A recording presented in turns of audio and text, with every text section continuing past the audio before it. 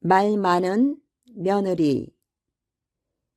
옛날 어느 산골짜기에 인자한 시어머니와 새댁 며느리가 함께 살고 있었습니다.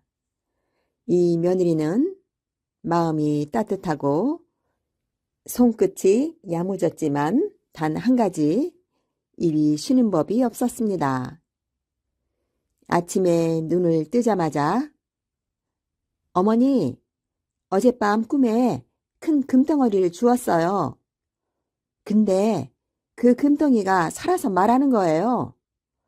그게 얼마나 신기하던지요? 근데 제가 말했나요? 지난번에도 금덩이 꿈을 꿨는데. 이렇게 이야기가 시작되면 밥을 짓는 동안에도, 밥을 먹는 중에도, 또 빨래를 널면서도 며느리의 입은 쉴 틈이 없었어요. 시어머니는 처음엔 그 모습이 참 귀엽고 정겨웠습니다. 말 많은 사람은 복이 많다더라 하며 웃기도 했지요. 하지만 날이 가고 달이 가도 하루 종일 이어지는 말에 시어머니는 점점 지쳐가기 시작했습니다. 어느 날은 밭일을 마치고 집에 들어오자마자 며느리의 이야기가 시작되었습니다. 어머니, 있잖아요. 오늘 마을 우물가에서 이런 일이 있었어요. 순덕이 아줌마가 들려준 얘긴데요. 그게 또 생각해보니 시어머니는 피곤한 몸을 이끌고 얘야, 나 잠시 눈 좀 붙일게 했지만 며느리는 어머니, 이 이야기만 듣고요. 그게 진짜 재밌거든요 하며 멈추질 않았습니다. 그러던 어느 날 시어머니는 가슴이 답답해져 잠깐 마을 뒷산에 올라가 앉았습니다. 맑은 바람이 부는 그곳에서 조용히 눈을 감자 그동안 말없이 자신을 위해 수발 들던 며느리의 모습이 하나하나 떠올랐습니다. 그래, 내가 참 어리석었구나. 며느리가 말이 많은 게 아니라 내가 마음의 귀를 닫고 있었던 거지. 그렇게 시어머니는 지혜로운 할머니를 찾아갔습니다. 할머니는 시어머니의 이야기를 다 듣고는 허허 웃으며 말했습니다. 며느리야말로 마음을 나누려는 거야. 그 마음 따뜻하게 받아주면 말은 더 이상 소음이 아니라 사랑이 되지. 그날 저녁 시어머니는 며느리에게 따뜻한 차 한 잔을 내주며 말했습니다. 얘야, 내 말 속엔 언제나 사랑이 담겨 있는 걸 알았단다. 그런데 늙은이는 마음이 느려서 그 모든 사랑을 한 번에 다 받을 수가 없구나. 하루에 3번 꼭 듣고 싶은 얘기만 들려주면 안 될까? 그러자 며느리는 잠시 고개를 떨구고 눈물을 흘렸습니다. 어머니, 제가 너무 제 생각만 했어요. 말은 마음을 나누는 거라 하셨는데 저는 마음을 들여다보지 못했네요. 앞으로는 꼭 어머니의 마음 먼저 헤아릴게요.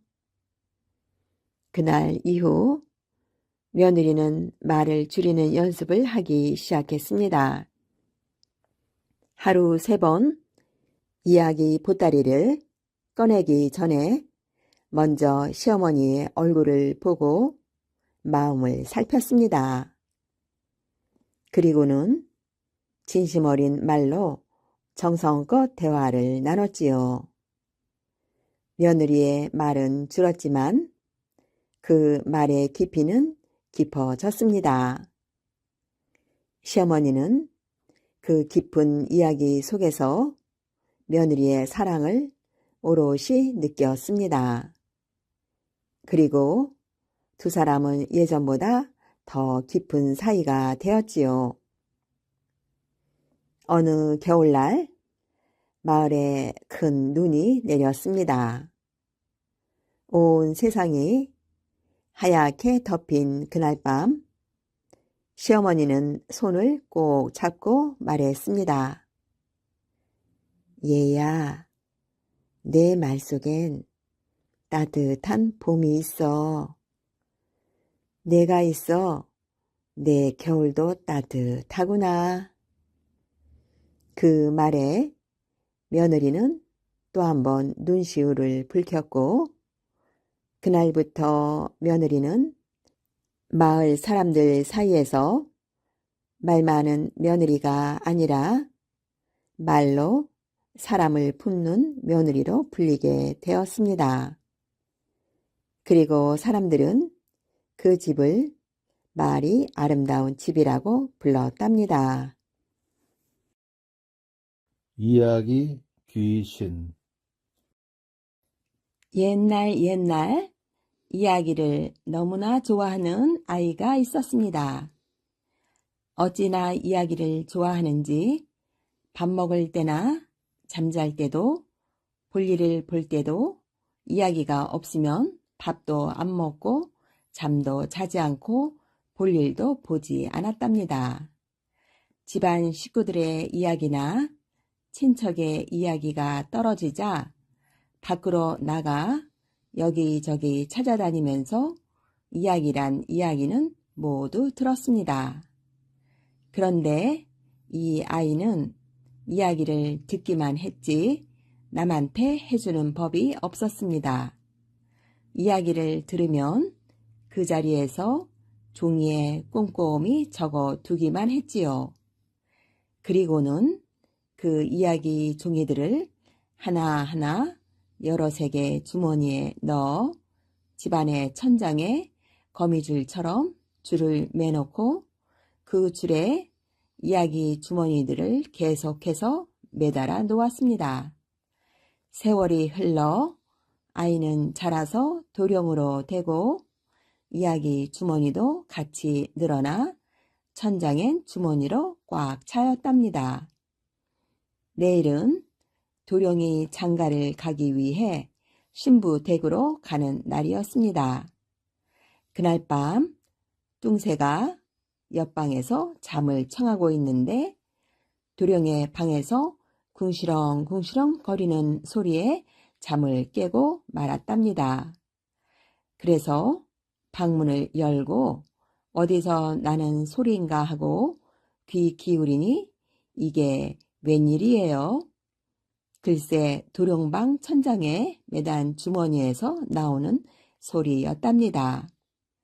이야기들이 밖으로 나오지도 못하고 허구한 날 주머니에 들어가 천장에 매달려만 있었으니 주머니 안의 이야기들이 결국 이야기 귀신이 돼버린 거예요. 그래서 뚱새는 이야기 귀신들이 무슨 소리를 하나 가만히 들어봤답니다. 와, 답답해 죽겠네. 죽은 놈이 뭘 또 죽겠다는 거야? 아니, 이놈이 우리를 종이에 적어 주머니 속에 꽁꽁 가둬두기만 하고 바깥 구경을 안 시키니 답답해 죽겠다는 얘기지. 하긴 주머니 속에서 꼼짝을 못하니 지금이 몇 년도인지 몇 월인지 알 수가 없네. 나도 시간에 따라 이야기 변신을 해서 버릴 건 버리고 바꿀 건 바꾸고 치장할 건 치장도 해야 광이 나는데 시간 개념이 없이 주머니 속에서 가둬져 있으니 온몸에서 나오는 곰팡이 냄새 때문에 도저히 살 수가 없네. 안 되겠다. 우리 이놈을 없애버려. 우리의 자유를 찾자. 한 놈이 이러니까 모두들 술렁술렁 거렸습니다. 자, 우리의 자유를 쟁취하기 위해 우리를 속박하고 억압한 이놈을 없애려고 합니다. 이 위대한 의거에 지원할 사람은 앞으로 나와 자기의 계획을 밝혀주기 바랍니다. 난 킬러다. 난 이놈이 내일 장가를 가는다는데 고개 넘는 길에 먹음직스러운 청설벼가 되어 한 입 먹자마자 저승길로 가게 만들 걸세.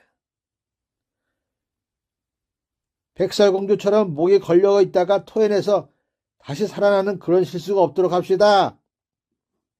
나도 킬러네. 나는 고개 너머의 시원한 옹달샘으로 변할 거야. 아마도 목마른 참에 날 한 모금만 마시기라도 하면 그 즉시 그놈은 저승사자와 친구가 될 걸세. 하하하. 그거 아주 좋은 생각 같네. 그런데 말이야, 혹시나 샘물 속에 개구리나 낙엽 등 지저분한 건 없도록 하세. 그놈이 어떨 때 보면 꽤 깔끔을 떨걸랑. 알겠네. 그거 내 염두에 두지. 난 킬러다. 난 말일세, 혹시나 자네들이 실패를 했을 때를 대비해서 뾰족한 바늘로 배 방석 밑에 숨어 있을 것에. 그래서 그놈이 신부와 맞절을 할 때 찔리기만 하면 그날 밤이 신혼 첫날 밤이 아니라 저승 첫날 밤이 될 것세. 혹시 바늘에 찔려 잠들게 하지는 말게. 뭐 잠들었다가 그 이웃마을 공주가 끼고서 뭐 같이 사느니 마느니 나 그런 거 생각도 하기 싫네. 걱정 못들어 매게. 내 바늘의 독약을 재차 확인할 거네. 그럼 됐네. 모두들 꼭 성공하여 우리의 속박을 벗어나게 해주게. 우리는 킬러다. 우리에게 실패는 없다. 우리를 속박한 그놈을 없앨 거다. 우리는 킬러다. 뚱새가 듣다 보니 도령이 내일 꼼짝없이 죽게 된 것을 알고 모른 척 할 수가 없었습니다. 다음날 아침 도령이 장가가는 날이 되었습니다. 뚱새는 도령을 따라 나선다고 말고삐를 주었습니다. 장가는 내가 가는데 왜 내가 나서느냐? 그래도 도련님이 장가를 가시는데 그 외로이 가셔야 되겠시요? 지가 같이 동행함시롱 이 이야기 저 이야기 하면서 말동무나 되려고 하지요. 내까지 게 뭘 안다고 말동무냐. 집에 머물면서 아씨 올 준비나 하지. 도령은 머슴이 왜 따라가려는지 이유도 모르면서 호통을 쳤습니다. 그래도 안 돼요. 지가 그동안 도련님과 지내면서 쌓인 미운정 고운정이 이만저만이 아니에요. 근데 그런 도련님이 장가를 가시는데 어찌 홀리 보낼 수 있는가 말이에요. 그러니 지가 같이 갈 거만요? 머슴은 한사코 따라간다고 우기고 도령은 할 수 없이 허락을 하고 말고삐를 내주었습니다. 얼마쯤 가 고갯길에 다다르니 길가에 배나무가 있었습니다. 배나무에는 크고 먹음직스러운 청실배가 달려 있는 거예요. 도령은 군침이 살살 돌아 머슴더러 말했습니다. 뚱새야, 저 배가 참 달게 익었구나. 가서 배 좀 따오너라. 그런데 뚱새는 들은 채 만채 하면서 가던 길만 가는 거예요.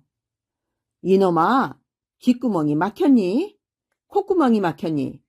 내 너보고 배를 따오라 하였거늘 우째 속에 경익듯이 가는 거냐? 도령은 화가 나서 소리를 꽥 질렀습니다. 아이고 도련님, 그 장가 가시는 길에 뭘 그런 걸 드세요? 그 드시다가 의복에 배 물짝이라도 들면 어쩌라고요? 괜시리 아씨한테 흉 잡히지 마시고 가셔서 만난 거 드셔요. 뚱새는 태연하게 말 궁둥이를 철썩 내리치며 말했습니다. 그 바람에 말이 놀라 펄쩍펄쩍 내달렸습니다.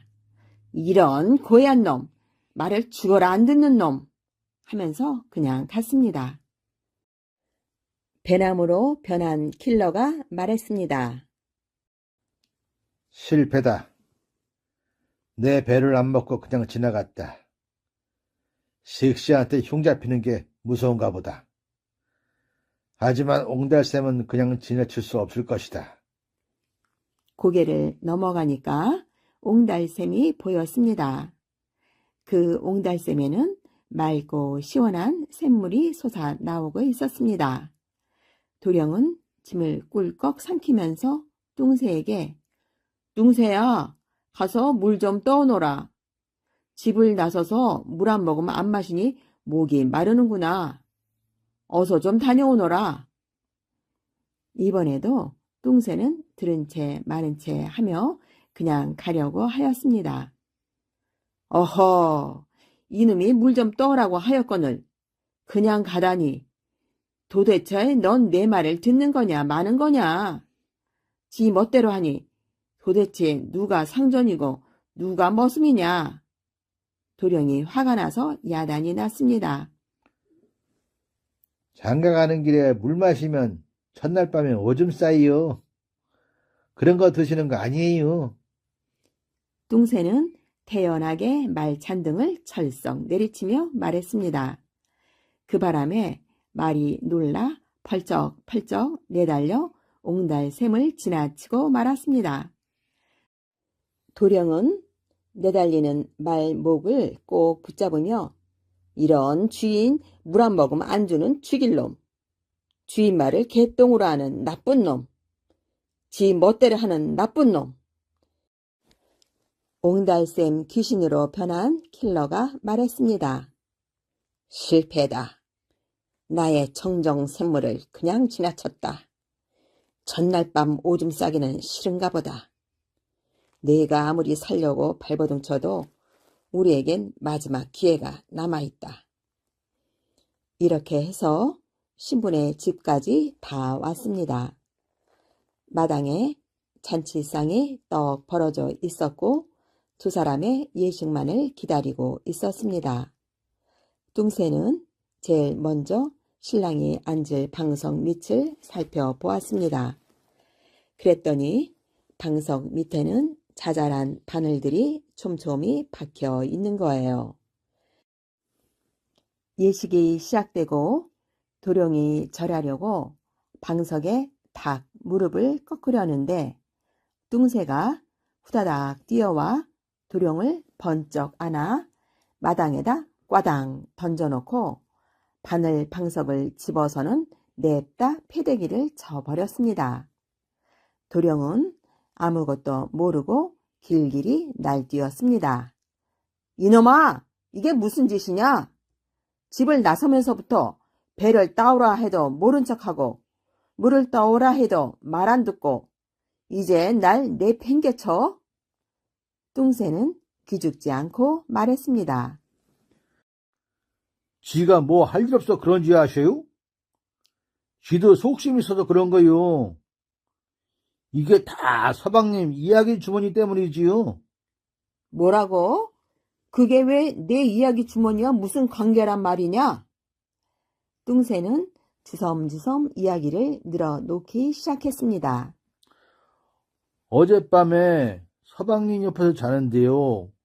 어디서 웅얼웅얼 말소리가 들려서 보니까 주머니에 있던 이야기들이 귀신이 돼서 꽁꽁 묶여있다고 화들이 나가지고 오늘 장가 가시는 길에 배나무와 옹달샘 그리고 저 방석으로 변해 서방님을 해친다고 하는데 어찌 지가 보고만 있겠시요.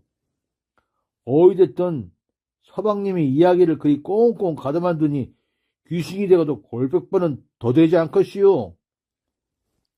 도령은 그제야 뚱새 덕에 자기 목숨 구한 것을 깨달고는 뚱새한테 잘 대해주었습니다.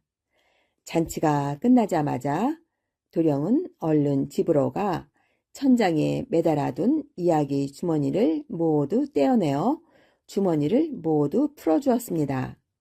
주머니를 풀 때마다 이야기들이 툭툭 터져나왔습니다. 이야기들은 순식간에 호로로 흩어져서 사방으로 퍼져나가 온 나라 사람들에게 스르르 스며들었습니다.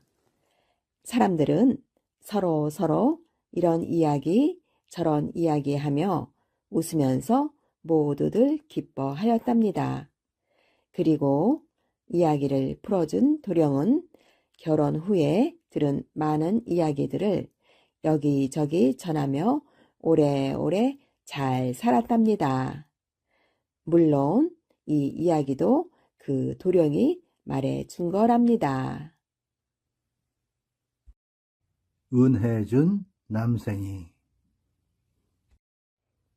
옛날 홀어머니와 두 형제가 살았습니다. 형은 욕심이 많아 아버지가 물려주신 재산을 모두 독차지하여 부자로 살았고, 동생은 가난하지만 마음이 고와 산에 가서 나무를 해다 팔며 생계를 꾸려 나갔습니다. 부자인 형은 어머니가 동생을 더 사랑한다며 어머니를 동생네 집으로 보내버렸습니다. 동생은 어려운 살림이지만 어머니를 지극정성으로 모시고 살았답니다. 어느 해 겨울이었습니다. 내일 모레가 설이라 집집마다 음식을 만든다고 분주한데 동생의 집에는 쌀 한 톨도 없어 조용하였답니다. 그래서 동생은 한겨울이지만 나무라도 해서 쌀을 구해 어머니께 따뜻한 밥 한 그릇이라도 드리려고 지게를 지고 산으로 올라갔습니다. 동생은 추운 바람이 부는데도 부지런히 나무를 했습니다. 그런데 자기도 모르게 한숨이 나오는 거예요. 내일 모레가 설인데 늙으신 어머니께 뭘 대접할꼬? 그러자 어디서 내일 모레가 설인데 늙으신 어머니께 무얼 대접할꼬? 하는 소리가 나는 거예요. 동생은 깜짝 놀라 주위를 돌아보았습니다. 하지만 아무도 보이지 않고 단지 낙엽 더미 위에 남생이 한 마리가 앉아 있었습니다. 지금 내 말을 따라한 게 너냐? 지금 내 말을 따라한 게 너냐? 엄마, 얘 봐라. 사람 말을 그대로 하네. 엄마, 얘 봐라. 사람 말을 그대로 하네. 동생은 참 신기한 일도 다 있다 생각하고 추운 겨울에 여기 있다간 얼어 죽는다. 나랑 같이 가자. 추운 겨울에 여기 있다간 얼어 죽는다. 나랑 같이 가자. 남생이를 지기 위해 얹어서 나무를 팔기 위해 장으로 갔습니다. 동생은 지게를 장바닥에 내려놓고 나무 사시오. 나무 사시오. 그랬더니 지게 위에 있던 남생이도 나무 사시오! 나무 사시오! 하고 외치는 거예요. 사람들은 장을 보러 나왔다가 신기한 구경거리가 생겼다고 마구 모여들었습니다. 참 희한하다. 말하는 남생이가 다 있네. 참 희한하다. 말하는 남생이가 다 있네. 어머머, 쟤 좀 봐. 사람처럼 말을 해. 어머, 쟤 좀 봐. 사람처럼 말을 해. 날 그대로 따라하네.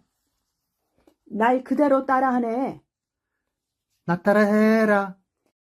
나 따라해라. 사람들이 하는 말을 남생이가 척척 따라하니까 사람들이 동생이 가져온 나무를 후한 값으로 쳐주었고 나중에는 재미있다고 돈을 더 주었습니다. 동생은 그 돈으로 쌀도 사고 고기도 사고 어머니의 새 옷도 사서 설 명절을 잘 보내었답니다. 그런데 사람 말을 그대로 따라하는 남생이의 소문이 퍼져서 사람들이 줄을 지어 동생 집으로 남생이를 보러 왔답니다. 사람들이 재미있게 잘 보고 놀았다고 죽어가는 돈으로 동생과 어머니는 잘 살게 되었답니다. 하루는 욕심 많은 형이 이 소문을 듣고 찾아왔습니다. 이 남생이가 그 말하는 남생이냐? 예, 형님. 어서 들어오시지요. 들어가긴. 나도 이 남생이를 가져가서 돈을 좀 벌어야 되겠다. 그리고는 형은 다짜고짜 남생이를 빼앗아서 장으로 가져갔습니다. 형은 사람들을 불러 모았습니다. 자, 여러분. 말하는 남생이 구경하시오. 말하는 남생이. 그러자 사람들이 우르르 몰려들었습니다. 남생아, 나 따라해라.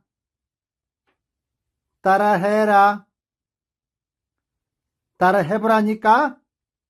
이놈이 말을 안 하네. 말해!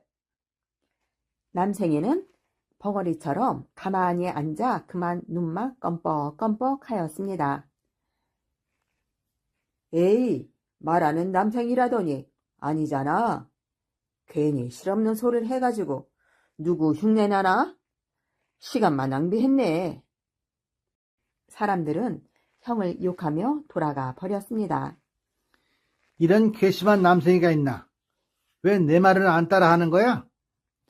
형은 화가 나서 남생이를 돌 위에 내동댕이 치고 불쌍한 남생이는 그만 죽고 말았습니다. 동생은 남생이가 죽었다는 얘기를 듣고 마을로 가서 죽은 남생이를 가져와 마당가에 고이 묻어 주었습니다. 남생아, 너는 내게 잘 해주었는데 나 때문에 내가 죽었구나. 그리고 얼마 후 남생이의 무덤 위에서 대나무가 올라왔습니다. 동생은 남생이를 생각하며 그 대나무를 정성껏 길렀습니다. 대나무가 쭉쭉 자라더니 울타리보다 커지고 지붕보다 더 커지더니 나중에는 구름 위로 올라 하늘로 올라갔습니다. 마침내 대나무가 하늘을 푹 찌르더니 하늘에서 하얀 게 줄줄 대나무를 타고 흘러 내려오는 거예요. 동생이 뭐가 내려오나 가만히 보니 그게 바로 쌀이었답니다. 하얀 쌀이 집 마당에 쌓이더니 금세 집안이 가득 수북수북 쌓였답니다. 동생은 이 쌀을 창고에 넣고 이웃과도 나눠 먹고 그러고도 남은 것은 팔아서 아주 잘 먹고 잘 살았답니다. 한편 형도 이 소문을 듣고 동생을 찾아와서 이 대나무가 쌀을 내려주는 그 대나무냐? 내 가져가서 쌀 구경 좀 해야겠다. 그리고는 남생이 무덤 위에 난 대나무를 캐어 자기 집에다 옮겨 심었습니다. 그리고 부자가 될 욕심으로 희죽이죽 웃으며 정성껏 돌보니 대나무가 잘 자라는 거예요. 형이 심은 대나무도 쭉쭉 자라 동생네처럼 울타리보다 커지고 지붕보다 커져서 하늘 위로 올라갔습니다. 마침내 대나무가 하늘을 푹 찌르더니 무언가 누런 것이 대나무를 타고 흘러 내려오는 거예요. 밑에 있던 형은 이야, 저 누런 것이 모두 금인가 보다. 하며 즐거워하였습니다. 그런데 이 누런 것이 금덩어리가 아니고 누런 똥물이었답니다. 구린내 나는 똥물이 대나무를 타고 콸콸 쏟아져서 집이 똥물에 잠기고 말았습니다. 형은 금덩어리인 줄 알고 잡았던 똥을 하늘 위로 향하며 똥물 속으로 서서히 잠기게 되었답니다. 그리고는 형은 그제야 자기의 잘못을 뉘우쳐 동생과 어머니께 싹싹 빌고 어머니를 지극정성으로 모시며 동생과 사이좋게 잘 살았답니다. 개와 고양이. 옛날 어느 강가에 할아버지와 할머니가 살았어요. 할아버지와 할머니는 자식이 없어서 개와 고양이를 자식처럼 귀여워하며 살았답니다. 어느 날 할아버지가 강가에 낚시질을 하러 나갔어요. 그런데 늦도록 낚시질을 해도 물고기가 한 마리도 잡히지 않았어요. 참 이상도 하지. 오늘은 그만 낚싯대를 걷어야겠군. 할아버지가 허리를 펴고 막 일어서려는데 갑자기 낚싯대가 휘청하네요. 어이쿠, 큰 놈이구나. 낚싯대를 들어보니 금빛 비늘이 번쩍이는 커다란 잉어였어요. 허허, 횡재로구나. 할아버지는 입이 한빵만해져서 잉어를 건져 올렸지요. 그런데 참 이상한 일이네요. 잉어가 눈물을 뚝뚝 흘리면서 할아버지, 저 좀 살려주세요. 할아버지는 마음이 아파서 잉어를 놓아주었어요. 오늘은 못 잡은 셈 치지 뭐. 잉어는 기쁜 듯이 강물 속으로 찰랑찰랑 헤엄쳐 갔어요. 다음 날이었어요. 할아버지가 강에 낚시를 들이우고 있는데 강물 속에서 잉어 한 마리가 훌쩍 솟구쳐 올라와 바로 어제 그 잉어였어요. 잉어는 푸른 구슬을 입에 물고 강가로 헤엄쳐 왔어요. 할아버지 앞에 놓으면서 말했어요. 이 구슬을 전해드리려고 왔습니다. 이 구슬은 원하는 것을 말하면 무엇이든 다 들어주는 구슬이에요. 잉어는 다시 한번 훌쩍 솟구치더니 강물 속으로 사라졌어요. 할아버지는 푸른 구슬을 가지고 집으로 돌아왔어요. 할머니에게 모든 이야기를 해주었어요. 할머니는 좋아서 입이 한빵만해졌지요. 그럼 우리 어서 소원을 빌어봅시다. 할아버지와 할머니는 구슬을 손에 들고 가만가만 말했어요. 구슬아, 구슬아, 커다란 기와집 한 채만 지어다오. 그러자 갑자기 다 찌그러진 초가집이 사라지고 덩그런 기와집이 한 채 떡하니 생겼어요. 구슬아, 구슬아, 밥상 하나만 차려다오. 그러자 고기랑 국이랑 반찬이 그득한 밥상이 떡하게 차려지네요. 할아버지와 할머니는 금방 부자가 되었어요. 강 건너 사는 심술쟁이 할머니가 이 소문을 들었어요. 어떻게 하면 푸른 구슬을 훔칠 수 있을까? 심술쟁이 할머니는 밤낮으로 궁리를 했어요. 옳거니 심술쟁이 할머니는 선물을 들고 할머니를 찾아왔어요. 할아버지는 마침 밖에 나가고 없었지요. 아주 신기한 구슬이 생겼다지요. 꼭 한번 구경하고 싶어 왔어요. 할머니는 아무 의심 없이 푸른 구슬을 보여주었어요. 심술쟁이 할머니는 구슬을 이리저리 살펴보는 척 하다가 자기가 가져온 가짜 구슬과 슬쩍 바꿔치기를 해버렸어요. 심술쟁이 할머니는 푸른 구슬을 훔쳐가서 곧 부자가 되었어요. 그런데 이게 웬일이에요? 할아버지와 할머니네가 다시 가난해져 버렸네요.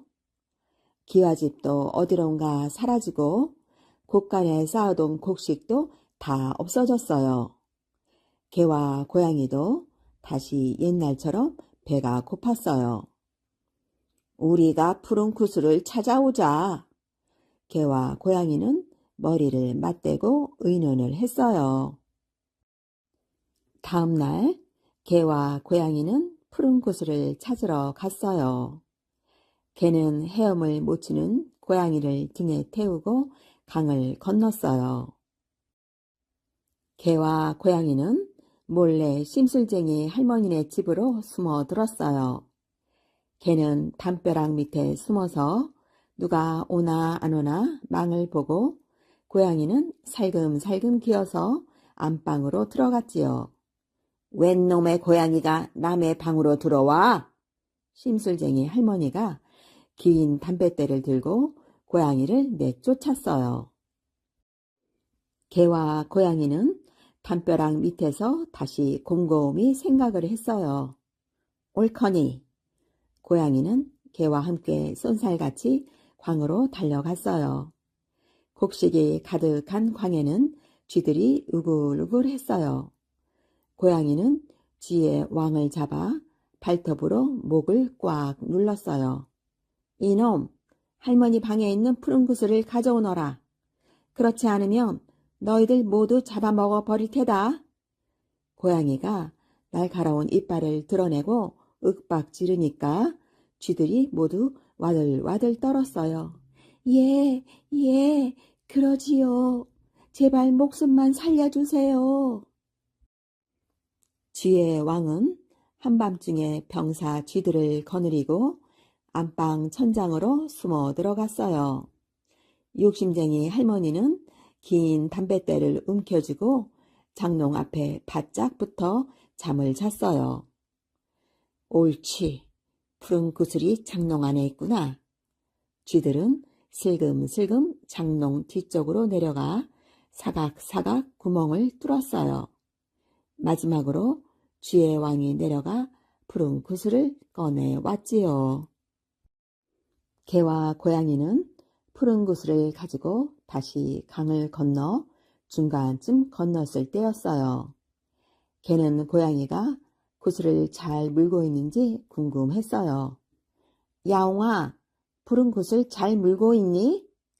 고양이는 구슬을 물고 있어서 대답을 할 수가 없었어요. 가만히 있었지요. 야옹아, 구슬 잘 물고 있니? 개는 더 궁금해져서 또 물었어요. 고양이는 이번에도 가만히 있었지요. 개는 궁금해서 도무지 견딜 수가 있어야지요. 야옹아, 잘 물고 있니? 고양이도 더 이상 참을 수가 없었어요. 그래! 바로 그때예요. 고양이 입에서 구슬이 툭 떨어져 강물 속으로 퐁 빠져버렸어요. 아! 하지만 후회해도 소용이 없었어요. 이미 늦었어요. 개와 고양이는 너무나 춥고 배가 고팠지만 차마 집으로 돌아갈 수가 없었어요. 구슬이 있어야 가지요. 고양이는 화가 나서 강가를 이리저리 왔다 갔다 하고 개는 너무나 미안해서 눈치만 슬슬 봤어요. 그런데 이것 좀 보세요. 웬일인지 멀쩡한 물고기 한 마리가 퍼덕거리며 강가로 나오더니 금방 죽어버리네요. 고양이는 배가 고픈데 잘됐다 하고 물고기를 덥석 물었어요. 그때 물고기 뱃속에서 뭔가 딱 하고 물리네요. 고양이는 돌을 씹은 줄 알고 물고기를 탁 뱉었어요. 그런데 이게 웬일이에요? 물고기 뱃속에서 푸른 구슬이 또르르 굴러나오네요. 아이쿠! 고양이는 너무나 기뻐서 개는 돌아보지도 않고 구슬을 물고 집으로 달려갔어요. 할아버지와 할머니는 푸른 구슬을 되찾아 다시 부자가 됐어요. 그리고 구슬을 되찾아온 고양이가 귀여워서 늘 방 안에서 먹고 자고 놀게 했지요. 개는 마당에서 도둑이 오나 안 오나 망을 보게 했어요. 개와 고양이는 지금도 만나기만 하면 서로 으르렁거려요. 개는 고양이가 얌체처럼 공을 혼자 차지했다고 노려보고 고양이는 내가 잘못해서 그런 거 아니냐고 쏘아보아요. 보이나? 보이네? 햇볕이 쨍쨍 내리쬐는 어느 여름날이었지요.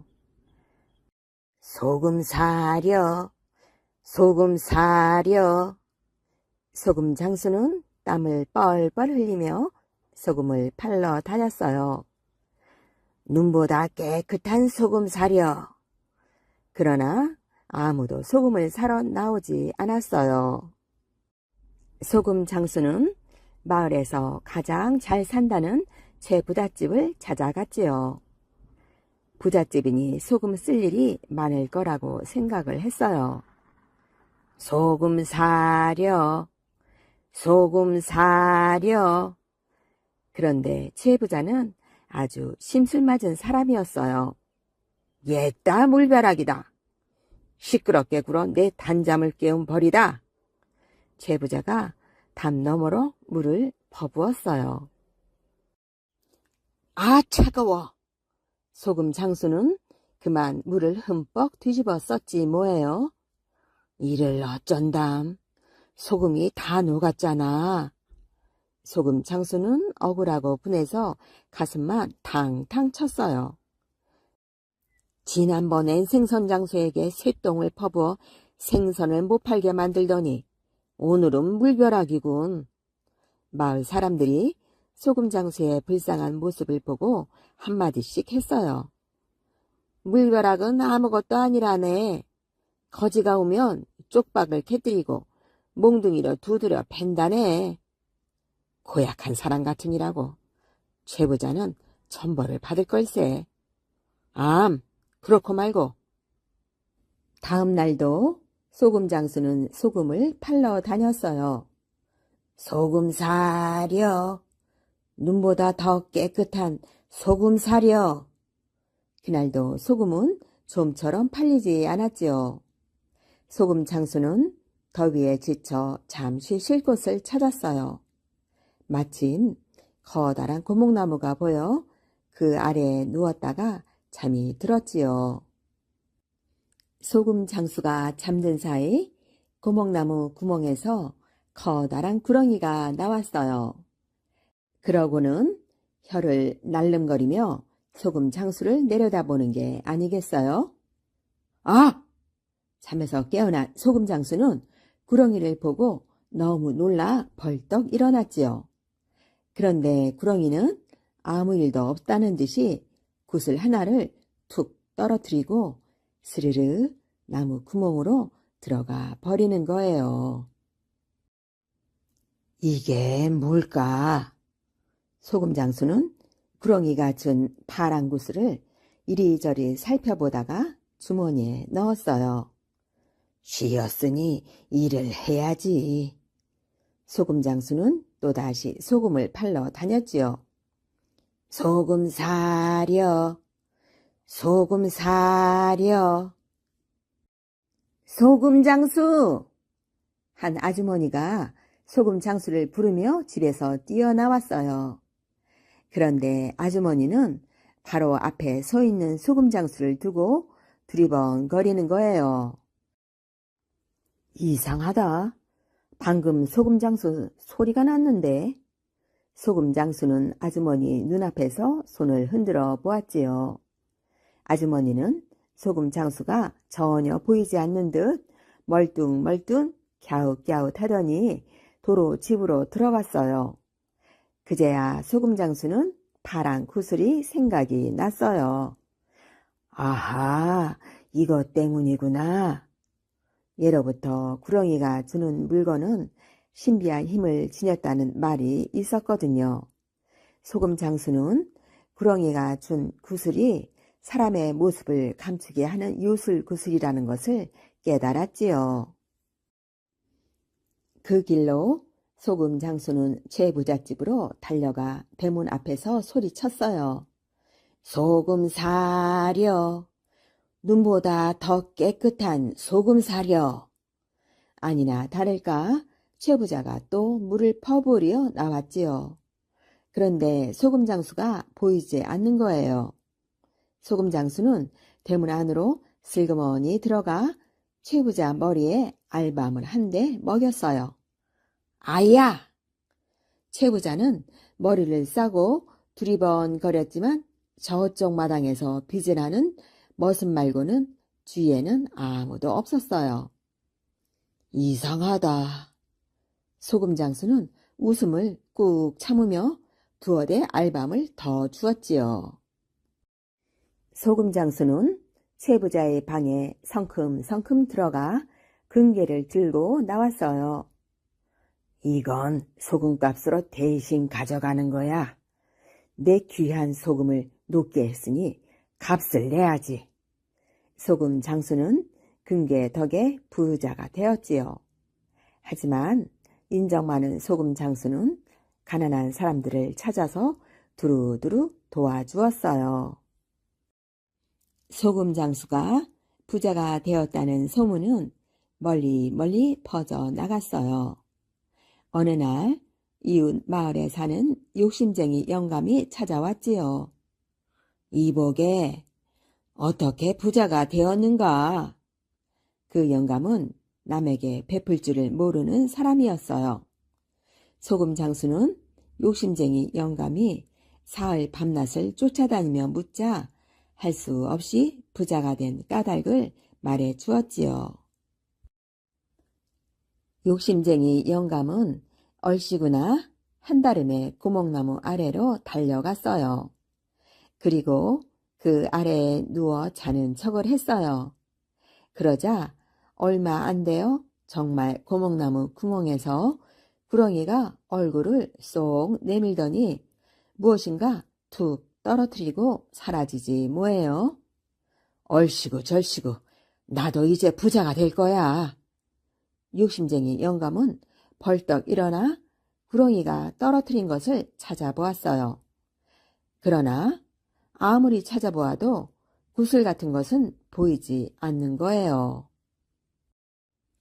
안 되겠다. 집에 가서 찾아봐야지. 욕심쟁이 영감은 나무 아래에 있는 것들을 죄에다 긁어 모아 집으로 돌아왔어요. 그러고는 가져온 것들을 방바닥에 늘어놓고 아내와 마주 앉았지요. 내 모습이 보이면 보인다. 안 보이면 안 보인다. 대답해 주구려. 욕심쟁이 영감은 돌멩이를 집어들었어요. 보이나? 아내가 대답했지요. 참, 보이네. 다시 풀뿌리 하나를 들고서 물었지요. 보이나? 나원, 보이네. 다른 것을 골라 잡고서 보이나? 보이네. 이렇게 묻고 대답하느라 밤을 꼬박 새고 말았지요. 꽃기요. 새벽닭이 울었어요. 아내는 너무 졸려 꾸벅꾸벅 졸았지요. 보이나? 욕심쟁이 영감이 솔방울을 들고 물었지요. 아내는 졸리고 귀찮아서 거짓말을 했어요. 안 보이네. 그 말에 욕심쟁이 영감은 신바람이 나서 솔방울을 갖고 최부잣집으로 달려갔지요. 그러더니 최부자가 있는 방으로 성큼성큼 들어가 금괴를 번쩍 들고 나왔어요. 최부자가 그것을 보고 소리를 질렀지요. 도둑이야! 도둑놈 잡아라! 욕심쟁이 영감은 깜짝 놀라 금괴를 떨어뜨리고 물었어요. 내가 보이나? 그래 보인다 이놈아. 결국 욕심쟁이 영감은 최부잣집 머슴들에게 실컷 얻어맞고 쫓겨났어요. 신기한 양초 도깨비. 옛날 시골 양반 송서방이 생전 처음 서울 구경을 갔다가 참 희한한 물건을 보았어요. 글쎄 양초라는 것이 불만 붙이면 온 방안을 환하게 밝혔지 뭐예요. 동네 사람들이 이걸 보면 눈이 왕방울해지겠는데. 옳지. 서울 다녀간 기념으로 이 양초를 선물해야겠다. 송서방은 그 길로 양초를 보찜 가득하게 사서 돌아왔지요. 집집마다 돌아다니며 주절주절 설 구경한 이야기만 하고는 양초를 3자루씩 나눠 주었어요. 무엇에 쓰는 건지 살짝 귀뜸해 줬으면 더욱 좋았을 것을요. 생전 처음 보는 허옇고 길쭉하고 미끈미끈한 걸 3개나 받기는 받았는데 대체 이걸 어디에 쓰는 건지 마을 사람들은 고개를 갸우뚱갸우뚱거리며 속을 태웠지요. 이게 뭔가 하고 송서방에게 그냥 물어봤더라면 좋았을 텐데요. 그래서 선물 받은 사람들 5명이 몰래 만나서는 허리춤에서 조심조심 양초를 꺼내 놓았어요. 이게 뭔지 자네는 아나? 동 모르겠어. 누가 아는가? 아무도 몰라. 모두들 절레절레 고개만 가로저었지요. 혹시 글씨 쓰는 붓인가? 아니야.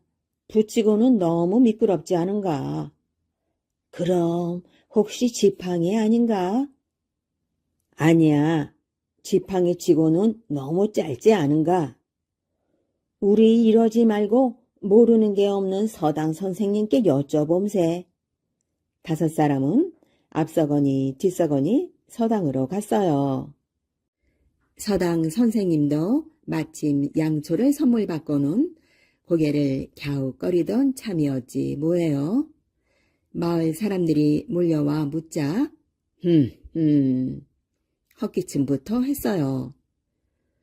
선생님, 이 물건이 뭔지 아십니까? 에이, 이 촌사람들아, 이것도 모르는가? 이건 바짝 말린 생선이야, 생선. 예? 생선이라고요?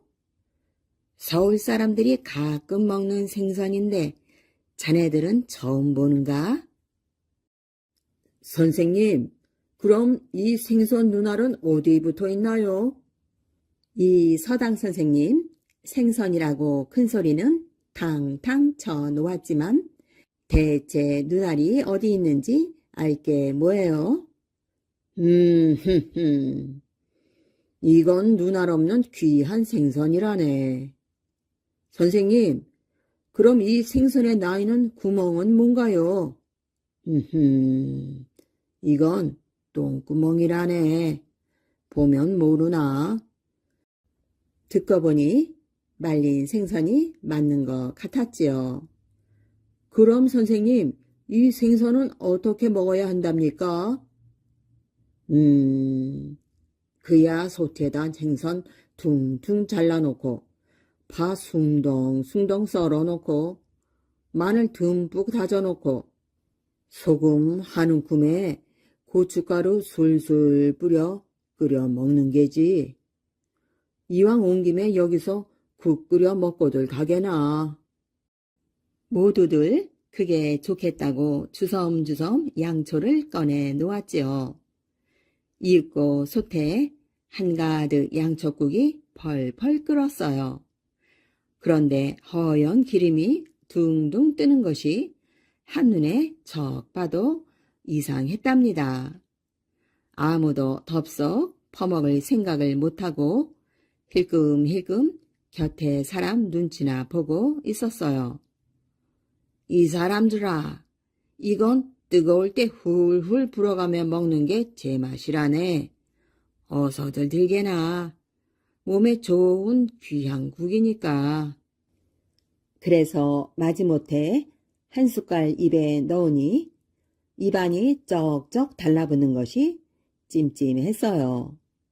목구멍은 찐득찐득하고 뱃속은 울렁울렁하고, 하지만 선생님도 마을 사람들도 꾹 참고 꾸역꾸역 한 그릇씩 비워냈어요. 또 뭐라고 했다간 촌놈 소리 들을까봐 말이지요. 한 사람이 참다 못해 한마디 했어요. 아이고, 선생님, 몸에 좋은 건지는 몰라도 속이 영 안 좋습니다. 목도 아프고요. 에이, 이 사람아, 귀한 걸 생전 처음 먹으니까 목이랑 배가 놀라서 그런 게지. 서당 선생님도 괴로운 건 마찬가지였지만 어디 드러내놓고 말할 수가 있어야 말이지요. 그때 양초를 선물해준 송서방이 찾아왔어요. 송서방, 마침 잘 왔네. 자네가 준 생선을 끓여 먹던 참인데 왜 이리 목이 아픈 건가? 당최 참을 수가 없네. 사람들이 너나 없이 송서방에게 매달려 물어댔지요. 송서방이 듣고 보니 기도 안 찼어요. 아니, 그걸 끓여 먹었단 말이오? 대체 누가 양초를 먹으라고 했소? 모두 원망스러운 눈길로 서당 선생님을 흘려보았지요. 서당 선생님은 얼굴이 불붙은 듯 벌게져서 방바닥만 내려다보고 앉았지 뭐예요. 모두들 잘 보시오. 이 양초란 건 이렇게 불 붙여 캐면 환해지는 거라오. 송서방이 양초에 불을 붙이자 온 방안이 금세 환해졌어요. 아니, 그럼 우리가 불을 먹었단 말이오? 불을? 아이고, 내 배, 불 붙을라. 모두들 배를 움켜쥐고는 펄펄 뛰고 난리가 났어요, 난리가. 고개 푹 숙이고 있던 서당 선생님도 겁이 더럭 났지요. 당장이라도 뱃속에서 불길이 확 일 것만 같았거든요. 모두들 뱃속에 불 붙기 전에 빨리 불 끄러 감세.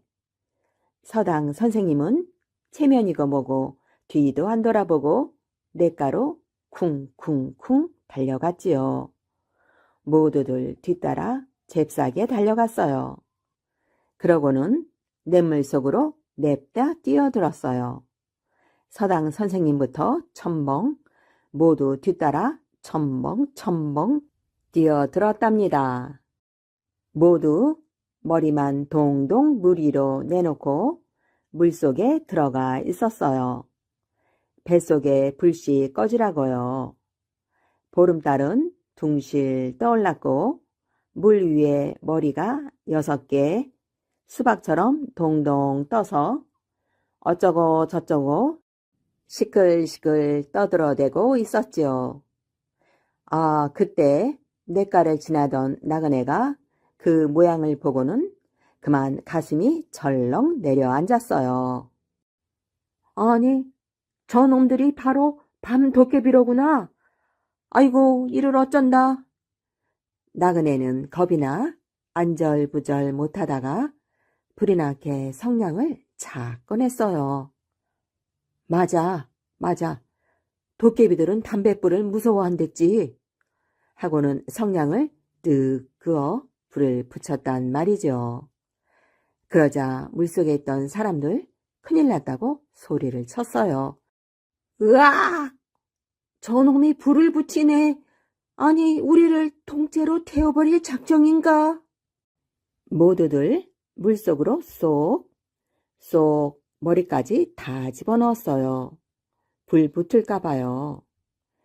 역시 도깨비들은 불을 어지간히 무서워하는군. 나그네는 도깨비 머리가 싹 사라진 걸 보고는 성냥불을 훅 불어 끄고 가던 길을 걸어갔어요. 양초 도깨비들은 그렇게 밤새 냇물 속에 있었지 뭐예요. 뱃속불이 모두 꺼질 동안 말이지요. 방귀, 며느리.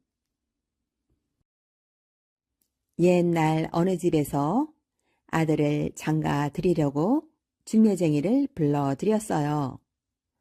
우리 집 며느리감 좀 알아봐 주게. 어떤 색시를 원하시나요? 부모님 잘 모시고 형제간에 정답게 지내며 살림 솜씨 알뜰하고 얌전한 색시였으면 좋겠네. 중매쟁이가 며느리감을 고르기 위해 이 마을 저 마을 다니다가 아주 참한 며느리감을 찾아냈지요. 그래서 중매쟁이는 신랑집 신부집을 부지런히 들락거렸어요. 드디어 양쪽 집에서 결혼 날짜를 잡았다고 합니다. 도라지꽃이 고운 꽃망울을 터뜨릴 때 신랑이 신부집에 와서 결혼식을 치렀지요. 결혼식이 끝난 다음 신랑은 말을 타고 신부는 가마를 타고 신랑 집으로 왔어요. 동네 사람들은 새색시가 얌전하다고 칭찬을 아끼지 않았지요. 시아버지와 시어머니는 참한 며느리를 얻었다고 덩실덩실 춤을 추었어요. 새신랑은 새색시가 자꾸 보고 싶어서 일이 손에 잡히지 않았어요. 나무를 하러 갔다가도 논에 물을 대러 갔다가도 새색시 생각에 저절로 웃음이 나왔지요. 그런데 하루가 다르게 꽃같이 곱던 새색시의 얼굴이 누르팅팅해지고 푸석푸석해지는 게 어디가 아픈 것 같았어요. 게다가 말수까지 줄어들어 신랑은 답답하고 안타까웠지요. 여보, 어디 아픈 게 아니요? 신랑은 걱정이 되어서 물었어요. 아프긴요. 신랑은 색시가 친정집 생각이 나서 그런 것이라 생각했지요. 시어머니는 며느리가 갈수록 얼굴이 야위고 몸이 마르는 것이 아기를 가진 것 같다고 생각했지요. 얘야, 혹시 아기 소식이 있는 것 아니냐? 새색시는 아니라고 고개를 저었어요. 시아버지도 며느리가 걱정이 되어 물었지요. 얼굴색이 왜 그러냐? 어디 아프냐? 아니에요. 무슨 일인지 아무 걱정 말고 말해보거라. 부끄러워서 말 못하겠습니다. 부모 자식 사이에 부끄러운 게 다 뭐냐? 자, 어서 말해보거라. 어서 말해보거라. 며느리는 망설이다 작은 목소리로 겨우 말했어요. 방귀를 억지로 참다 보니 병이 났습니다. 시아버지는 별일도 다 있다며 웃고 말았지요. 방귀를 못 뀌어서 병이 났단 말이냐? 그까지 방귀 그럼 끼면 되겠네. 제 방귀는 너무 요란해서 함부로 못 낍니다. 대체 얼마나 요란하다고 그러느냐? 사람이 날아가요. 시아버지는 며느리가 허풍을 떠는 것이라고 생각했어요. 아가, 괜찮으니 어서 끼거라. 정말 끼어도 될까요? 허허, 괜찮대도.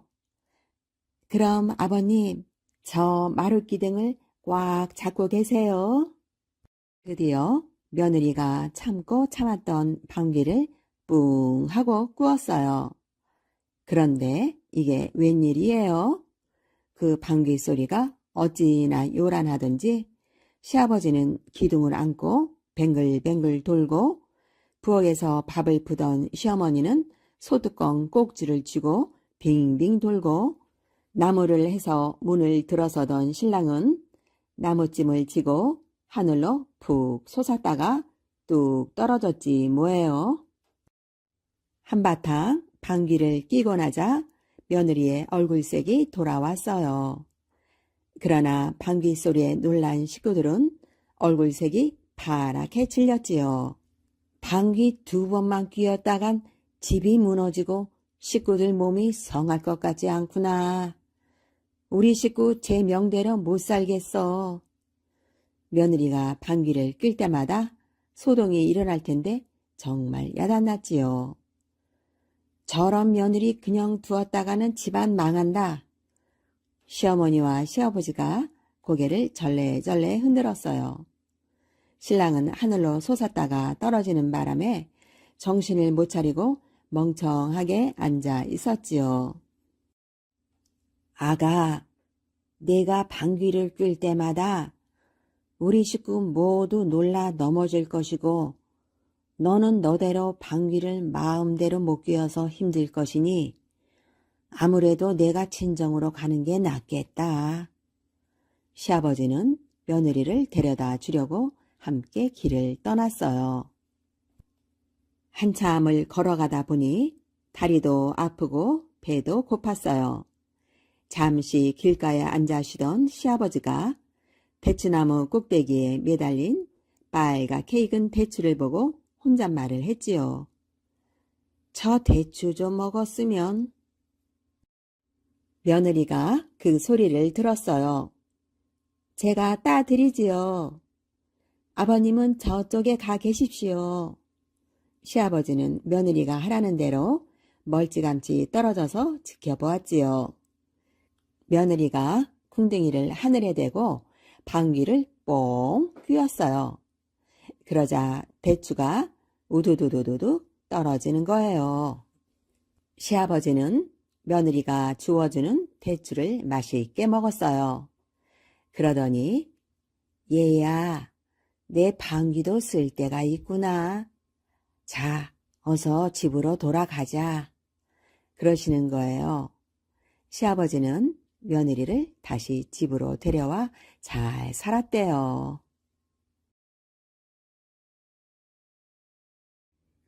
복을 타러 간 아이. 옛날 어떤 곳에 한 아이가 살았는데 어찌나 가난한지 먹는 게 만날 죽이었어요. 아무리 부지런히 일을 해도 만날 죽만 먹었지요.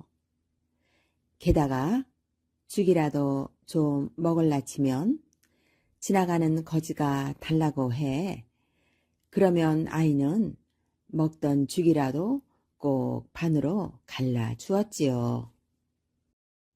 하루는 거지랑 죽을 나눠 먹다가 아이가 말했어요. 난 어찌 된 게 복이라곤 지지리도 없나 봐요.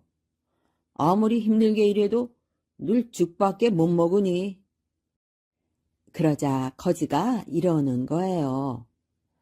그럼 복을 타면 되잖아. 저기 서쪽 마을에 가면 복 타는 데가 있다는데. 그래서 아이는 복을 타러 길을 떠났어요. 한참을 가니까 허허 벌판에 집이 한 채 있었어요. 아이가 하룻밤만 자고 가게 해달라고 그러니까 그 집에는 처녀가 혼자 사는데 아이가 서쪽 마을에 복을 타러 간다니까. 그거 참 잘됐네. 내일도 좀 물어봐 주겠소? 이러는 거예요.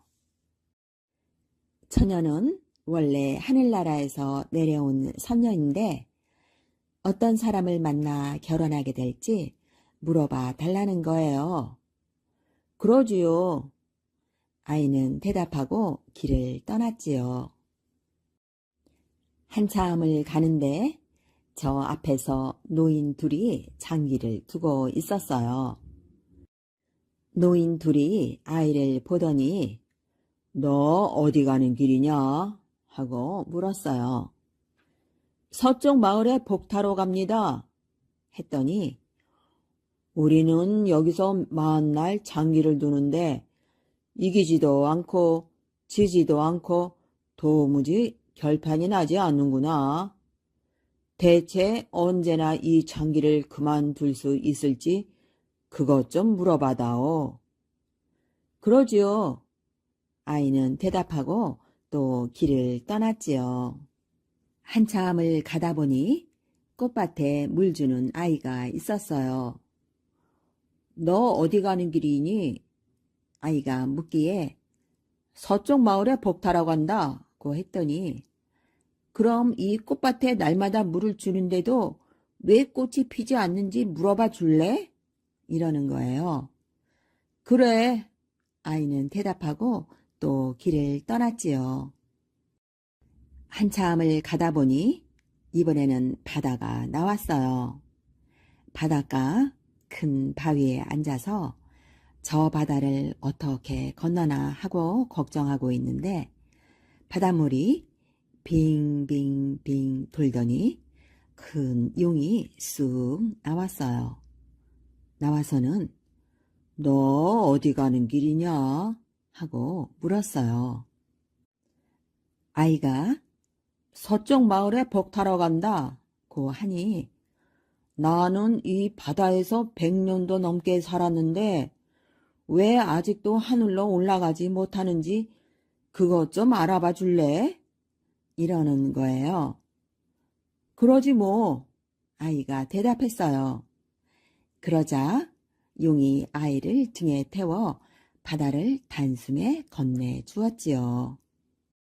서쪽 마을에 다 와서 보니 작은 집이 있고 얼굴 빛나는 사람이 앉아 있었어요.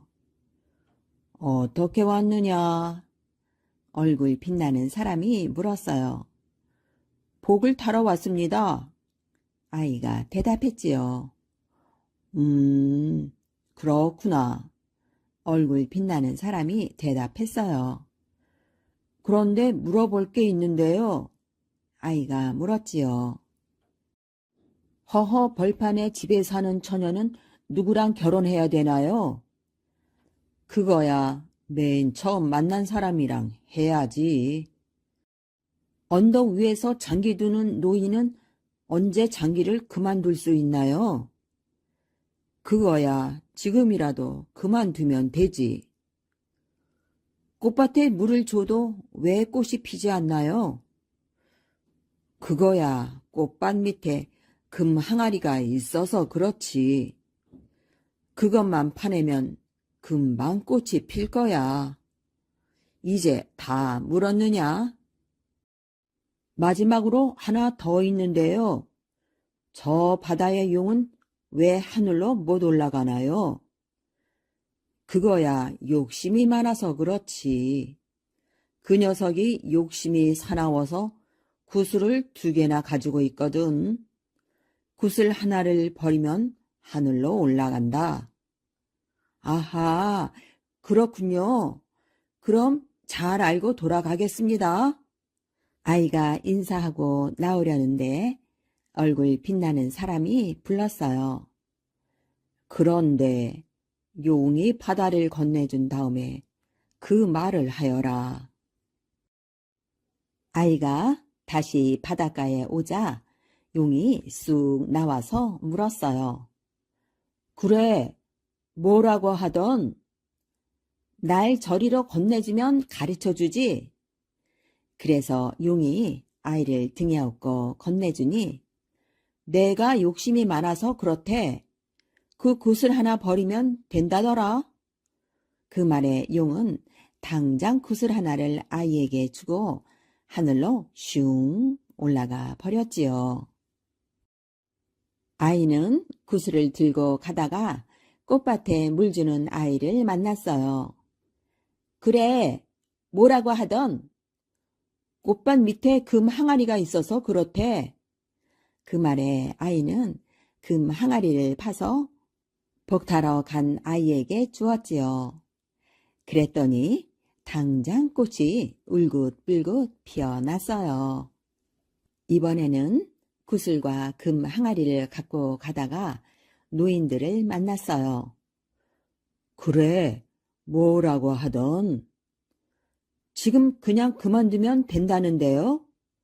그러자 노인들은 장기를 당장 그만두고 장기판과 장기를 아이에게 주었지요.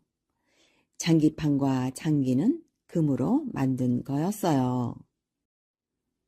아이는 드디어 허허 벌판의 집에 다다랐어요. 그래, 뭐라고 하던 처녀가 물었어요. 이 땅에서 처음 만난 사람이 결혼할 짝이래요. 그러자 처녀는 아이고, 내가 이 세상에 내려와 처음 만난 사람은 바로 너란다. 그러면서 아이 손을 덥석 잡았어요. 이렇게 해서 아이는 복 타러 가서 용구술도 얻었지, 금 항아리도 얻었지, 금 장기판도 금 장기도 얻었지요. 하늘에서 내려온 선녀까지 각시로 삼게 된 것이지요. 정말 복을 많이도 타왔지요. 그렇지요. 도깨비 감투. 옛날 어느 마을에 자나깨나 부자가 되고 싶어하는 가난한 대장장이가 살고 있었습니다. 어떻게 해야 부자가 될까? 그거야 누워서 떡 먹기지. 어디선가 들리는 소리에 대장장이는 주위를 살펴보았습니다. 두리번거리던 대장장이는 천장에 거꾸로 매달려 있는 도깨비를 발견하곤 깜짝 놀라며 말했습니다. 살려주세요. 하하, 걱정하지 마. 난 자네가 부자가 되도록 도와주러 온 거니까. 대장장이는 몹시 무서웠지만 꿈에도 소원인 부자가 될 수 있다는 말에 슬금슬금 도깨비 곁으로 다가갔습니다. 어떻게 하면 부자가 될 수 있을까요? 이 도깨비 감투만 있으면 어렵지 않지. 그럼 난 바빠서 이만. 도깨비는 감투 하나를 남기고 사라졌습니다. 대장장이는 감투를 머리에 써 보았습니다. 여보, 마누라, 이리 와서 나 좀 보구려. 어디 계세요? 여기도 안 계시고 어디서 나는 소리지? 대장장이가 감투를 벗자 아내는 눈앞에 남편을 보고 깜짝 놀랐습니다. 정말 내가 안 보였단 말이오? 그렇다면 이 도깨비 감투를 쓰면 남의 물건을 훔쳐도 아무도 모르겠군. 이튿날부터 마을은 발칵 뒤집혔습니다. 세상에, 밤새 지키고 있었는데 도둑을 잡기는커녕 물건을 또 잃어버렸다지 뭐예요. 그렇다면 이건 도둑이 아니라 도깨비인가 봐요. 마을이 소란스럽고 분주할수록 대장장이는 더 큰 부자가 되어 갔습니다. 이 감투만 있으면 부자가 되는 건 정말 쉬운 일이군. 대장장이는 이미 큰 부자가 되었으면서도 재미삼아 밤마다 물건을 훔쳤습니다. 여보, 이제 우리도 큰 부자가 되었으니 물건 훔치는 걸 그만두는 게 어떨까요? 아내의 말에 벌컥 화를 내던 대장장이는 감투를 화롯불에 떨어뜨려 커다란 구멍을 내고 말았습니다. 아이쿠, 이런, 큰일 났네. 어서 감투에 구멍을 꿰매야지. 그날 밤도 대장장이는 도둑질을 하러 나갔습니다. 저기다! 저 까만 점이 바로 도둑이다! 모두 잡아라! 감투를 꿰맨 자리가 표시가 난 줄 까맣게 모르고 있던 대장장이는 사람들에게 쫓기다 간신히 집으로 도망쳤습니다. 여보, 내가 잘못 생각했소. 당신 말대로 이제 도둑질은 그만두겠소. 잘 생각하셨어요. 부자가 되는 것도 좋지만 당신이 감투를 쓰고 나갈 때마다 얼마나 마음이 졸였는지 몰라요. 대장장이는 굳은 결심을 하고 감투를 들고 부엌으로 갔습니다. 그리고는 감투를 아궁이 속에 던져 넣었습니다. 이제야 마음이 편안하군. 역시 사람은 가난하더라도 마음 편히 사는 게 최고야. 대장장이는 재산을 많이 가진 부자보다 열심히 일하며 마음 편히 사는 것이 더욱 행복한 것임을 깨닫게 되었답니다. 색시 얻은 반쪽이. 옛날, 아주 오래된 옛날 어느 노부부가 살고 있었는데 불행하게도 그들에게는 자식이 없었습니다. 그래서 평생토록 자식을 얻기 위해 안 해본 것이 없을 정도로 그 노부부는 자식을 간절히 바랬습니다.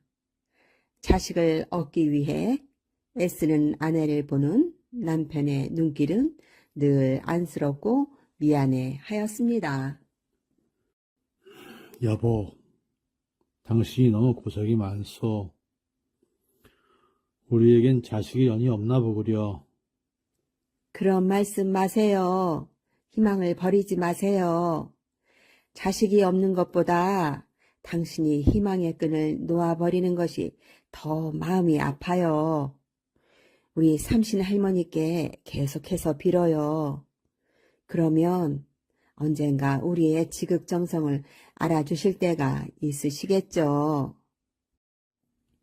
그들은 매일같이 새벽 기도로 삼신 할머니께 빌었습니다. 그런데 어느 날 아내의 꿈에 백발이 하얀 할머니가 집안에 있는 우물가 옆에 앉아 계시는 거예요. 그래서 아내가 조용히 가보니 할머니가 우물 안에 손을 집어넣으시고 이리저리 손을 휘젓고 계셨습니다.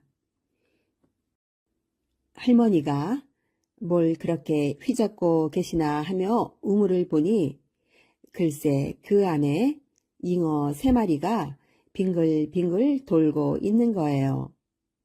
할머니가 아내의 얼굴을 보면서 그걸 먹으라고 하시면서 3마리 잉어를 아내의 치마 위에 올려 놓으시길래 아내는 그 3마리를 덥석 안아 할머니에게 구울까요? 찔까요? 아니면 찌개를 할까요? 하며 물어보는데 할머니가 허련히 사라져 버리시는 거예요. 그러다가 아내는 꿈에서 깨어났답니다. 아내는 옆에서 코를 골며 자고 있는 남편을 흔들어 깨워 자기의 꿈 얘기를 하였습니다. 그러면서 남편과 함께 앞마당에 있는 우물에 가보았더니 꿈에서 본 것처럼 잉어 3마리가 물속에서 빙글빙글 돌고 있는 거예요. 그래서 남편은 잉어를 잡아 부엌에 갖다 놓고 내일 저 잉어를 어떻게 요리를 하나 생각하며 다시 잠이 들었습니다. 다음날 아내는 꿈속에서 나온 귀한 잉어이니 그냥 구워서 먹지 말고 푹 고아서 먹자고 남편에게 얘기하고 큰 솥을 부뚜막에 올려놓고 요리를 하려고 하는데 글쎄 어제 잡은 잉어 3마리 중 1마리를 어디선가 얼룩고양이가 나타나 잉어 1마리를 물고 가 먹고 있는 거예요. 그래서 아내가 얼른 달려가 빼앗았지만 그 고양이는 벌써 절반이나 이미 먹어버리고 말았답니다. 아내는 절반이라도 남은 잉어를 다른 2마리와 함께 큰 솥에 넣어 푹 고아서 남편이랑 3일 동안 만나게 먹었답니다. 그리고 딱 10달 뒤 아내는 아들 새 쌍둥이를 순산하였습니다. 그런데 어떻게 이런 일이 있을 수 있을까요? 첫째와 둘째 아들은 멀쩡한데 셋째 아들은 반쪽인 거예요. 귀도 하나, 눈도 하나, 팔다리도 하나, 이렇게 온몸이 절반만 있었습니다. 부부는 셋째만 보면 마음이 많이 아팠습니다. 여보, 셋째만 보면 너무 마음이 아파요. 어떻게 하겠소. 참 그날 그놈의 고양이가 먹지만 않았어도 우리 셋째는 이러지는 않았을 텐데 말이요. 여보, 그냥 우리 셋째는 남들보다 하나씩은 하지만 둘 가진 사람보다 더 잘 키워 아주 가성비 좋은 아이를 만듭시다. 그리고 어느덧 세월이 지나 세 아들들은 모두 잘 자랐습니다. 이제 자기들 인생은 자기들이 개척해 나가겠다고 두 형은 과거 시험을 보러 가겠다고 나섰습니다. 우리의 반쪽이도 물론 자기도 형들처럼 과거를 보러 가겠다고 부모님께 허락을 받고 형들을 따라 집을 나섰습니다. 집을 나서서 계율과 언덕을 지나가는데 형들은 뒤에서 한 다리로 콩콩콩 뛰면서 쫓아오는 반쪽이와 같이 가기가 싫었습니다. 그래서 형들은 반쪽이를 큰 바위에 꽁꽁 동여매 놓고 둘이서만 갔습니다. 자기를 묶어놓고 가버리는 두 형의 뒷모습을 보며 형, 같이 가!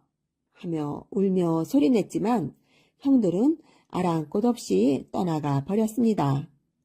반쪽이는 형들이 고개를 넘어 사라져버리자 하나밖에 없는 자기의 발을 땅에 꾹 대고 끙 하고 힘을 주었습니다. 그리고 구부러진 자기의 다리를 쭉 펴니 큰 바위가 땅에서 뽑혀져 나왔습니다. 큰 바위를 등에 지고서 왔던 길로 다시 돌아가 큰 바위를 집에다 퉁 하고 내려놓았습니다. 그걸 보신 어머니가 그게 웬 바위냐? 아, 이거요. 형들이 과거부터 잔치할 때 떡돌로 쓰려고요. 어머니, 저 이제 다시 출발할게요. 그러고는 다시 콩콩 고고공 뛰면서 형들을 따라갔습니다. 부지런히 뛰어간 덕분에 다행히 형들과 다시 만날 수 있었습니다. 형님들 같이 가요. 아니, 저 녀석이 어떻게 바위를 풀고 쫓아왔지? 아, 이를 어쩌나. 저 녀석이랑 같이 가면 내 스타일이 구겨지는데. 둘째야, 너 어떻게 생각하니? 형, 말이 나와서 그런데 나도 저 녀석이랑 엮이는 게 싫거든. 그래? 그러면 우리 저 녀석을 나무에 묶어놓고 가자. 그리고 힘겹게 콩콩콩 뛰면서 따라온 반쪽이를 큰 나무에 꽁꽁 묶어놓고 갔습니다. 하지만 반쪽이는 아까와 같이 또 끙 하고 힘을 주며 큰 나무를 뽑아 등에 지고서 집에다 또 갖다 놨습니다. 얘야, 이건 또 웬 나무냐? 형들이 과거에 붙어서 잔치할 때 떡 매로 쓰려고요. 그러고는 또 콩콩 뛰면서 형들을 다시 따라갔습니다. 한참을 지나 겨우 형들을 만나 반가워하는데 이번엔 형들이 반쪽이를 칭덩쿨로 칭칭 동여매서 호랑이 굴에 던져 넣고 갔습니다. 그러자 반쪽이를 보고서 엄청나게 많은 호랑이들이 어슬렁어슬렁 기어 나왔습니다. 그리고 커다랗고 날카로운 이빨을 들이대며 엉 하고 울부짖는 거예요. 그런데 반쪽이가 끙 하고 힘을 주니까 칡덩쿨이 두두둑 하며 끊어졌습니다. 커다란 호랑이가 확 달려들자 반쪽이는 자기가 어벤져스의 타노스인 양 엄지손가락을 탁 튕겨서 그 호랑이를 죽였습니다. 또 다른 호랑이가 달려들자 이 역시 엄지손가락을 탁 튕겨서 죽여버렸답니다. 이렇게 해서 호랑이 굴에 있는 호랑이 한 가족을 죄다 죽이고 그 죽은 호랑이의 가족을 몽땅 벗겨서 어깨에 둘러매고서 굴을 나왔습니다. 반쪽이가 호랑이 가죽을 잔뜩 짊어지고 집으로 돌아가는데 날이 저물어 어느 부잣집에 도착하여 그 집 영감에게 하룻밤 묵게 해달라고 요청을 하였습니다. 근데 그 집 영감은 반쪽이가 짊어지고 있는 호랑이 가죽이 몹시 탐이 났습니다. 그래서 반쪽이를 자기 집에 하루 머물게 하고 방에서 쉬고 있는 반쪽이에게 다가가 자네가 가지고 있는 저 호랑이 가죽이 아주 좋은 것 같구만. 아무 상처도 없이 깨끗한 통가죽이니 말이야. 근데 말일세, 나에게는 관연한 딸이 하나 있는데 나에겐 아주 소중한 딸이지. 자네에겐 지금 소중한 것이 아마도 저 호랑이 가죽인 것 같은데 우리 각자의 소중한 걸 걸고 내기를 하면 어떻겠나? 그 내기는 말일세, 한밤중에 와서 내 딸을 데려가면 색시를 삼고 못 데려가면 호랑이 가죽을 전부 나한테 넘기는 거네. 어떤가 자네 생각은? 저는 보시다시피 반쪽밖에 없는 놈인데 따님이 저를 따를까요? 호랑이 가죽에 욕심이 난 부자 영감은 그래 입질이 왔구나 하고 생각하며 그건 걱정 말게. 내 비록 이런 산골짜기에 살고 있지만 가정교육만은 누구 못지않게 잘 시켜놨지. 지혜비 말을 하늘처럼 떠봤더니 그런 일은 없을 것에 내 약조를 하지. 그러면 됐습니다. 그럼 내기를 하죠. 그리고 그 영감은 안채로 들어가 자기의 가족을 모두 불러놓고 자초지종을 모두 설명하였습니다. 아버님, 너무하십니다. 어떻게 반쪽에게 저를, 그것도 호랑이 가죽 때문에. 어허, 아니 이 애비가 그놈에게 너를 뺏길 정도로 허술한 인간처럼 보이느냐? 내 절대 너를 뺏기지 않을 자신이 있으니 그런 얘기를 한 거지. 그리고 그 호랑이 가죽이 한 장이더냐? 무려 6장이 6장. 그 정도가 되니까 그런 얘기를 한 거지. 6장이요? 뭐 그렇다면 몰라도. 그래서 그날 밤에 부잣집 영감은 대문과 대돌과 지붕에는 하인들을 두고 사랑채에는 아들들을 두고 안채에는 며느리들을 두고 딸이 있는 방문 앞은 영감 내외가 지켰습니다. 그런데 첫날 밤에 반쪽이는 부잣집에 가지 않았습니다. 이튿날 부잣집 영감이 웃으면서 반쪽이에게 우리 내기를 한 것 같은데 자네가 내 딸을 못 데려갔으니 내가 이긴 거지. 아니에요. 아직 내기는 시작도 안 했답니다. 아니, 그게 무슨 소린고? 왜냐하면 어머니가 아프셔서 약 지으러 가느라 명가님 댁에 가지 않았거든요. 제가 가서 못 데려와야지 제가 내기에 진 거지 제가 가지 않은 건 아직 내기를 시작 안 했다는 의미지요. 그건 그렇네만. 그럼 오늘 밤에 보세. 둘째 날 밤이 되었어요. 부잣집 영감은 안구의 문호를 개똥 그리고 다퍼를 소똥이라고 정하고 그날 밤의 위치에 모든 사람을 정위치 시켜놓고 또다시 뜬 눈으로 그 밤을 지샜습니다. 그런데 둘째 날도 반쪽이는 오지 않은 거예요. 어젯밤에 왔다가 실패한 거지? 어서 호랑이 가죽을 내놓으시게. 영감님, 죄송합니다. 집에 할아버지 제사가 있어서 어젯밤도 못 갔어요. 오늘 밤에는 꼭 갈 거예요. 그런데 셋째 날 밤이 되어 반쪽이가 꼭 온다는 장담에 영감은 모든 씩솔들을 초저녁부터 대기시켜 놓고 안구호도 어제와는 달리 먹쇠, 장쇠라고 정하고 모두에게 특별 근무의 중요성을 한 번 더 주지시킨 후에 모두들 같은 자리에 지키게 하였습니다. 그런데 그날 밤도 아무 일이 없었습니다. 우리의 철통 같은 방어에 결국 실패했음을 인정하게나. 우리 아버지 생일이라 못 갔는데요. 걱정 마세요. 오늘은 꼭 가겠습니다. 영감은 반쪽이가 오늘 꼭 온다는 소리에 밤이건 낮이건 오늘 꼭 온다 하였다 하며 모든 식솔들에게 지금 하고 있고 할 예정인 모든 일을 멈추게 하고 아침부터 모두 불러와 암구호도 시키자, 사수하자로 새로 바꾸고 다시 모두를 정위치시키고 꼼짝없이 지키게 하였습니다. 그러나 초저녁이 되자 모든 식솔뿐만 아니라 자기도 며칠 뜬 눈으로 지내다 보니 도저히 잠을 참을 수 없어 그날 밤을 위해 모두에게 잠시만 아주 잠깐만 눈을 감고 쉬자고 했는데 그만 모두들 깊은 잠에 빠져버리고 말았습니다.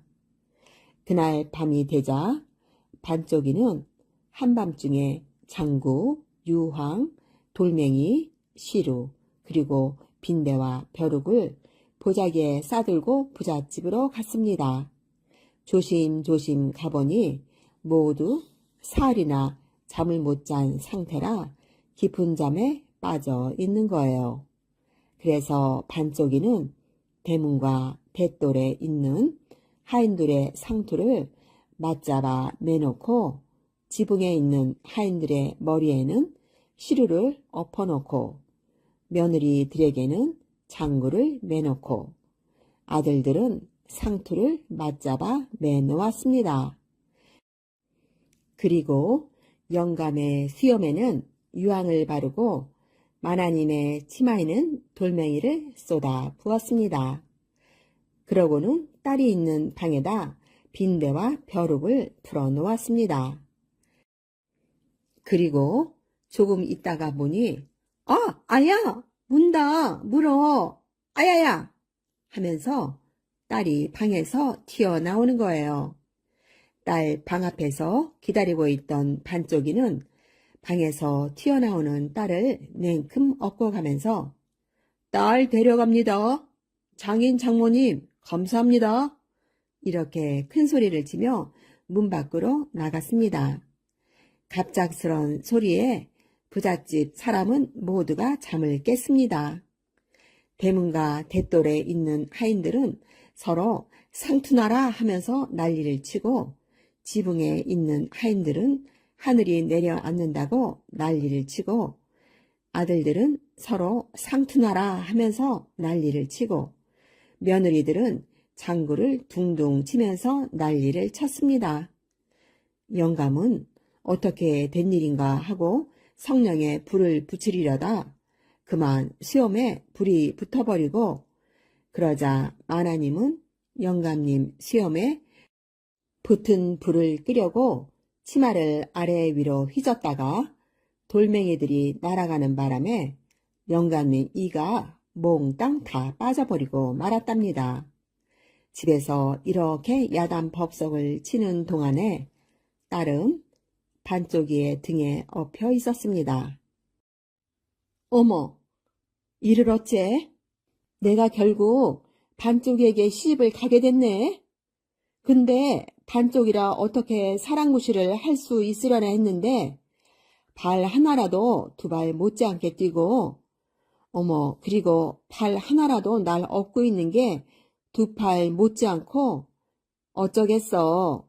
비록 모든 게 반뿐인 반쪽이지만 온전한 한 사람 이상의 몫을 하니 내가 이 사람의 반이 되지 뭐. 그러면 나쁘진 않네.